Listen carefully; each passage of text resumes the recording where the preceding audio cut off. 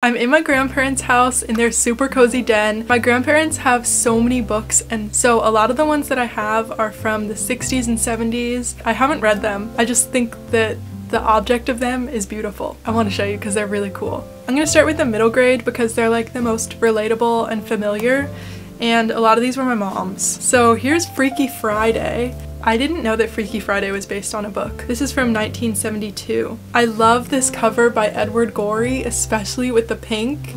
It has a very sweet like font when you open it up with some little flower designs. I also love checking out the prices of these vintage books. This one cost $1.25. Okay, next one is A Wrinkle in Time. I've never seen this Wrinkle in Time cover, but this was my mom's edition, and I was really happy to find it because she always talks about A Wrinkle in Time because her second grade teacher read it to them in class, and she just loves this story. She read it to me when I was little. The cover now is a lot more fun. This one is kind of scary. And this edition is from 1979. I really like the yellow title and the font of the title. Here's the side and the back. I also love these like smaller sized novels. They just feel so nice to hold. Next up, I found Blubber by Judy Blume.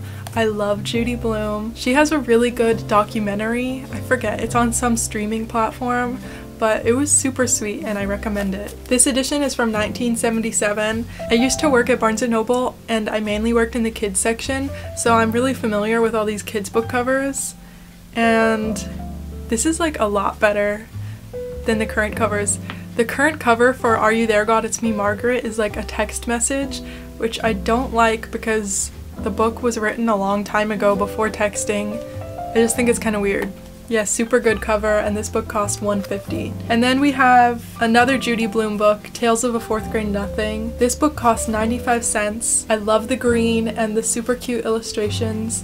This one was also my mom's. She said that she read this so many times. Oh, this is the first printing from 1972. That's pretty cool. Next up we have Trixie Belden and the Mystery of the Blinking Eye, and I think this cover is so beautiful. I love the colors and like the low contrast, and then the inside has some cool drawings.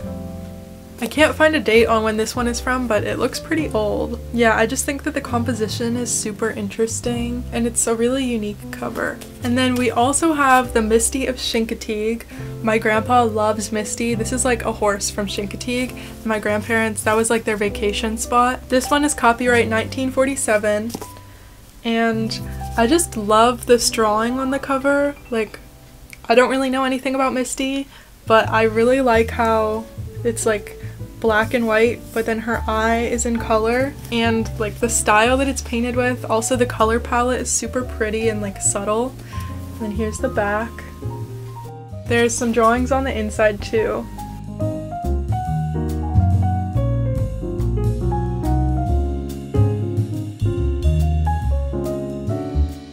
Really, I just think the cover is so beautiful. And then I also found this, A Golden Guide to Seashores. I really like how pocket-sized this is. This one is copyright 1955. When you open it up, it's got this super nice yellow paper cover. It is a guide to the shells, sea plants, shorebirds, and other nature features of the American coasts. And every page has pictures on it. I love this shell page. It's just super cute. Feed your kids right. This is from 1979, but I just love the cover. The text is raised, which is always cool. Just great job on the font. And here's the back. And then we have the Encyclopedia of Organic Gardening with over 300 illustrations and more than 1,490 topics. This is the 19th printing from 1972. And I just love how vibrant the colors are. It's also a really thick book, so the spine has like a lot of opportunity for design, which looks fun. And the back has this cool little grid system. I also think it's always fun to see what the book looks like without the cover. It's this really nice green color, and the simple text on it is great. It's better than like a plain cover. It says that it has over 300 illustrations, but when you flip through, the pages are mostly just text, and compared to some of the other books I found, the pictures in this one aren't as great. But really, I just like the cover. This one is pink, so immediately I love it because a pink book cover is always amazing. This is Son of Giant Sea Tortoise. This book is super cool because the New York Magazine has a section in the back called Competitions, which I didn't know about, and it's basically a prompt and then you send in your answer. So an example of this is you're invited to submit one original piece of good news / bad news, either order, any topic. Another one is a one-line conversation starter. So what's cool is this book is like an archive of some of the competitions and then the answers that people submitted for them, and it also gives the person's name and what city they're from. And the pink and green look so good together. I don't love this font. It's kind of weird, but what I do like is this font down here and the way it mixes with the New York Times font.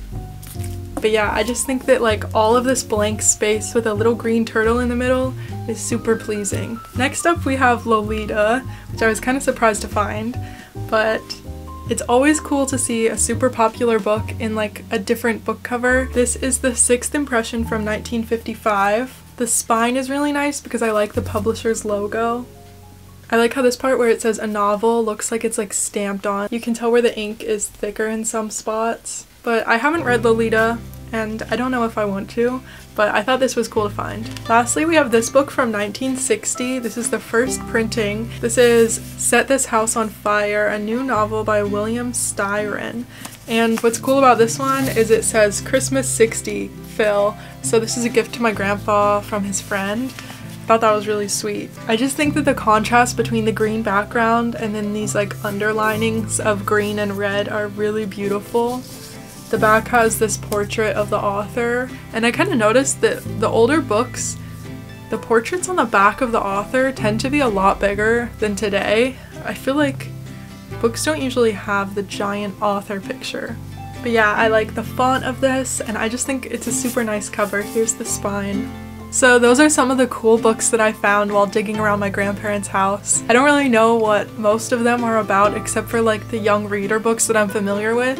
I just think that the covers are super beautiful and I love book design, so it's so fun to see books from different time periods. Thank you for checking those out. Let me know what your favorite book cover is in the comments and I'll see you next time. Bye!